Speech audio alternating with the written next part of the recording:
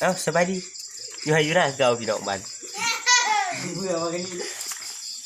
เอ้ามื้อนี้เฮาก็บ่มีหยังหลายก็ ให้เพิ่นก่อน แต่เพิ่นก็ยินมาให้ค่อยแล้วบัดนี้นี่หวานนี่เฮ็ดหวานกินนี่ บ่ได้กูบ่อิ่มนิดหน่อยเดียวนี่ มื้อนี้ก็บ่มี เดียวคือเก่าอ่ะ มื้อนี้ก็บ่มีเงินมื้อนี้ซื้อช่องกวดน้ำมันกวดนึงบ่มีเงินมื้อนี้มึงก็จะไกลหลายนี่อยู่ให้อยู่หน้าเก่าพี่น้องโอ้มื้อจะมื้อนี้แต่พี่มาหลอกนะโอ้ย สิงก่อน เบียร์ที่คุ้มนี่เนาะเบียร์ อันนี้บ่อีดำอ่ะ เอ้าเพิ่นเขามานั่งอยู่กับเพิ่นก็แจกบัตรเชิญนี่เพิ่นแจกบัตรเชิญเขา ให้เพิ่นชื่อนี่ เขาก็ได้เชิญอยู่บ่เฮาก็เลยเบิ่งก็เด้อเพิ่นเขียนว่าสานวิไลวันถ้าบ่แม่นเฮานี่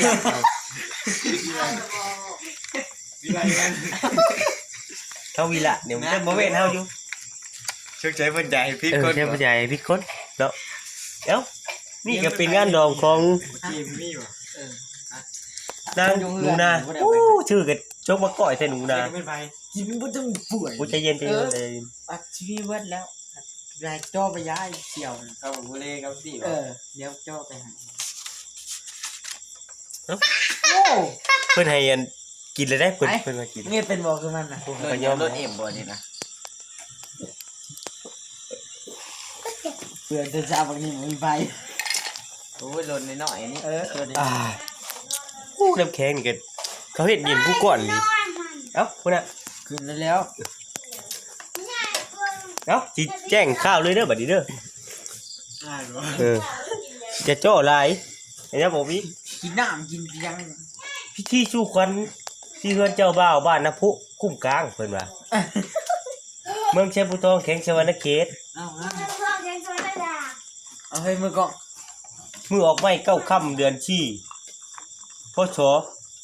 2562กรุงกับปัดพัดเพิ่นว่า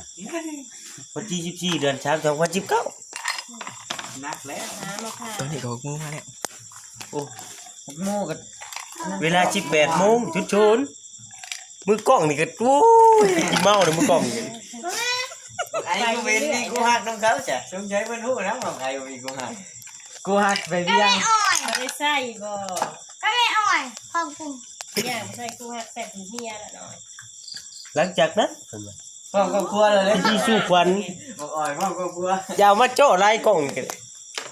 ไปหานั่นม่านผ้านั่น แล้วไปตัดตอนเด้อ